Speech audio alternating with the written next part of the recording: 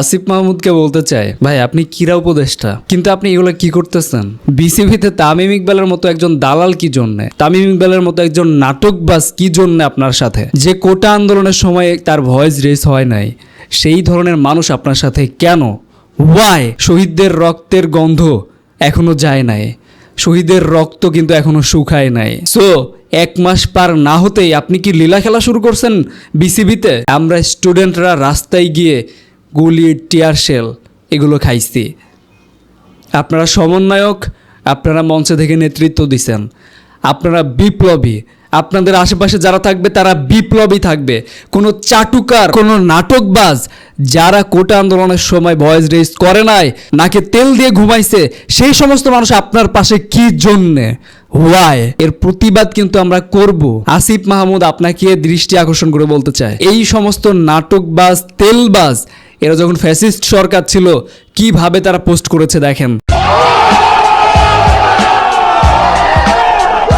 কিভাবে তার জন্মদিনে উইশ করেছে দেখেন। আপনি বিপ্লবী সাধারণ ছাত্রদের পক্ষ থেকে একজন নেতৃত্ব দেওয়ার জন্য উপদেষ্টা হয়েছেন। আপনার আশেপাশে যারা থাকবে তারা বিপ্লবী থাকতে হবে, তাদের ভিতরে বিপ্লব থাকতে হবে। আপনি হাসি খুশি ভাবে পিকনিক করতে গেছেন বিসিবিতে,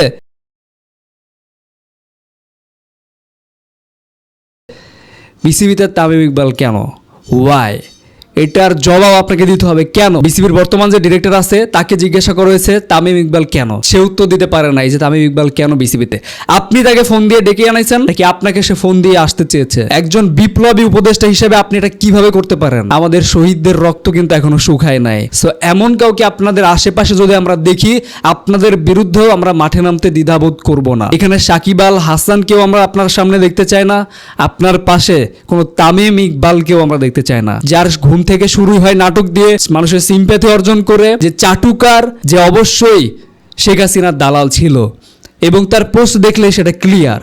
না কোনো সাকিব আল হাসানকে আপনার আশেপাশে আমরা দেখতে চাই, না কোনো তামিম ইকবালকে দেখতে চাই। বিসিবিতে বসানোর জন্য আরো অনেক যোগ্য মানুষ আছে, তাদেরকে নিয়ে আসবেন। অনেক অবহেলিত খেলোয়াড় আছে, তাদেরকে নিয়ে আসবেন। আপনার প্রথম কাজ ছিল ক্রীড়া মন্ত্রণালয়ে যখন আপনি জয়েন করেন, বিসিবিতে বর্তমানে যারা রয়েছে তাদের সবাইকে পদত্যাগ করানো। খান পরিবারের কিভাবে 3 জন এখনো বিসিবিতে চাকরি করে, কিভাবে তারা বেতন পায়, আকরাম খান, তামিম ইকবালের ভাই নাফিস ইকবাল খান এবং তামিম ইকবাল কিভাবে তারা বিসিবিতে ঢোকার সাহস পায়? যে সিন্ডিকেট তারা করেছে সেটা কি আপনি জানেন না? যে সিন্ডিকেটের সাথে তারা জড়িত, তার চাচার জোরে যে সে খেলে এসছে এতদিন পর্যন্ত, সেটা কি আপনি জানেন না? যে ফ্যাসিস্টদের যে একজন দালাল, তার প্রমাণ কি আপনি পান নাই?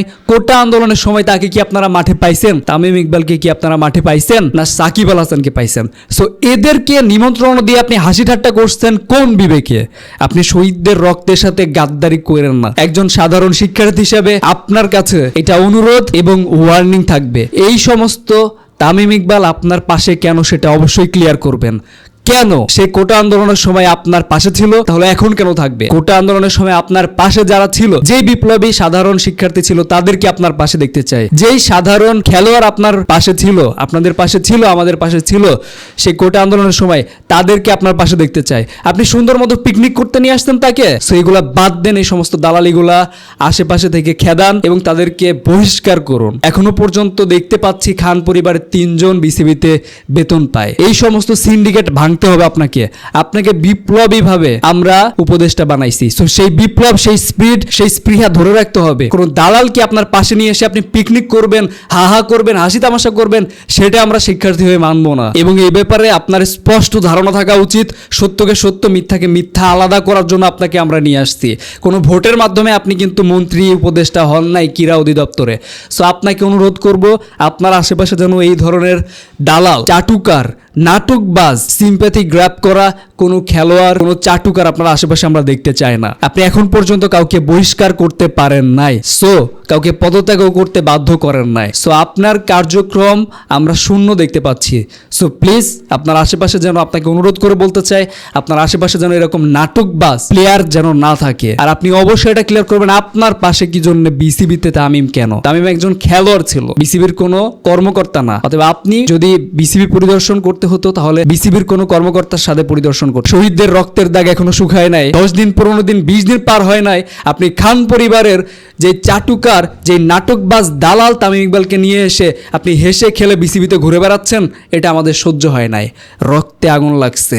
So be careful. এই সমস্ত দালাল আপনার আশেপাশে যেন না থাকে।